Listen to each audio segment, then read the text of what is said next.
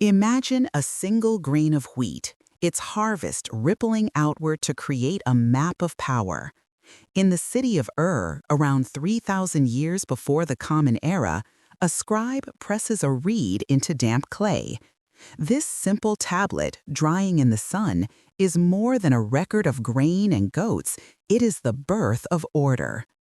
Agriculture bound people to the land, and surplus grain stacked in storehouses built the first cities, and with them the first laws. From these furrows of civilization, different forms of power grew. On the Nile, pharaohs claimed divinity. Along the Mediterranean, citizens argued in sunlit squares. And in the Andes, kingdoms mastered mountainsides, managing water and labor. Great thinkers and prophets offered moral codes that could bind strangers together as one. But it was the pathways between these new cities that truly connected the world, not of steel, but of sand, sea, and silk. These were the arteries of human exchange. The Silk Roads, the monsoon sea lanes, the desert corridors, they carried not just salt and silk, but ideas, religions, and disease. Paper multiplied memory, gunpowder remade war. New navigational tools widened the known world, until ships finally crossed the great oceans, connecting continents and sparking a global exchange. Crops and cultures crossed the seas, but so did deadly microbes. The echoes of these ancient crossings are still with us, in the supply chains that stock our shelves, the health crises we face, and the very prices we pay. Then, a new power source changes everything: steam.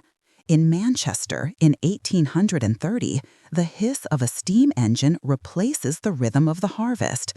Coal and credit forge a new world of factories and finance. Life is now measured by the clock, not the sun. Society itself is recast, a few who own and many who earn a wage. As railways stitch markets together, states standardize time, law, and education, creating not just a workforce, but a public. And from this public, the modern nation is born, an idea powerful enough to be claimed in song, in ballads, and in blood. By 1914, the world's great powers turned their industrial might against each other. By 1945, from the ruins of 2 world wars and the searing memory of genocide, a new order struggles to emerge. Empires crumble, borders are redrawn, and a vital question hangs in the air. Whose story will now be told? 2 rival superpowers hold the planet's fate in their hands, a fragile peace kept only by the fear of annihilation. In 1962, the world holds its breath as fingers hover over launch keys. But even in the shadow of the bomb, new voices rise, demanding civil rights, equality, and a future for the planet. Technology accelerates the connections once forged by caravans and sailing ships. Undersea cables link continents in an instant. But this new, hyper-connected world reveals our shared vulnerabilities, as global supply chains, mass migration, and pandemics prove just how deeply our fates are intertwined. Today, we write our history not on clay tablets, but in lines of code. From editing the human genome to the rise of artificial intelligence, we are reshaping life itself.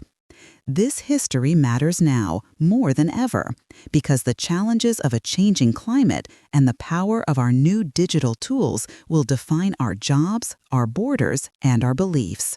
The choices we make in this decade will echo for generations. A new chapter is beginning, one that will test every system we have ever built.